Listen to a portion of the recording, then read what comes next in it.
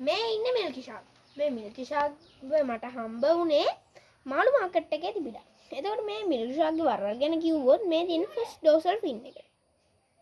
මේ තියෙන්නේ second ඩෝසල් Finn එක. මේ තියෙන්නේ ටේල් එක. ටේල් එකේ කොටස් දෙකයි. අපර් ලෝබ්,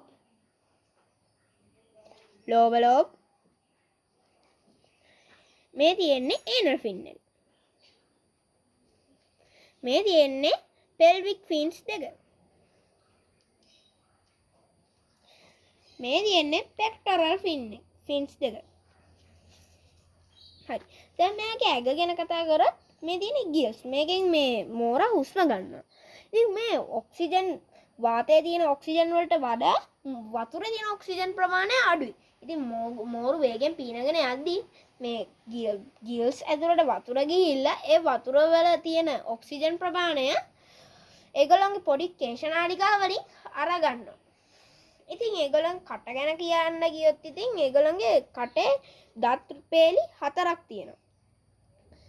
ඉතින් මේ දත් පේලි 4න් පළවෙනි පේලි දෙකෙන් කරන්නේ හපන එක. යමක් හපන එක. ඉතින් අනිත් පේලි දෙකෙන් කරන්නේ හපන දත් පේලි දෙක ගැලවිලා ඉවරුණාට පස්සේ අනිත් දත් පේලි දෙක එතනට එනවා. ඉතින් මේගොල්ලන්ගේ මේ ඕගොල්ලන්ට පේනවා ඉතින් මේ ඉරක් වගේ ගිහිල්ලා තියෙනවා. මේ ඉරට කියන්නේ ලැටරල් ලයින් කියලා. මේ ලැටරල් ලයින් එකෙන් කරන්නේ දැන් අපි කියමු දියසුලියක් එනවා. දියසුලියේ මේ වතුර පොඩ්ඩක් ගිහිල්ලා මේ මෙයාගේ ඇඟට එයාට දැනෙනවා මේ දියසුලියක් එනවා.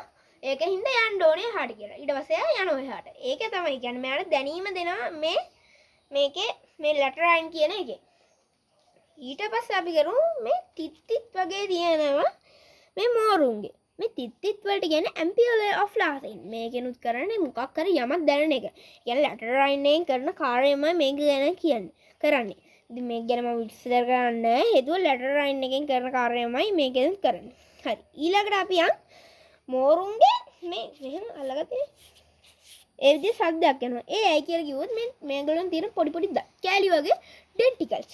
මේ ඩෙන්ටිකල්ස් වලින් කරන්නේ මේගොල්ලන් කවුරු හරි සතෙක් කපන්න එනවා නම් ඒ සතාට මේ ඩෙන්ටිකල්ස් ඇනිලා එයාගේ පොඩ්ඩක් කට එහෙම තුවාල වෙනවා. හරිද?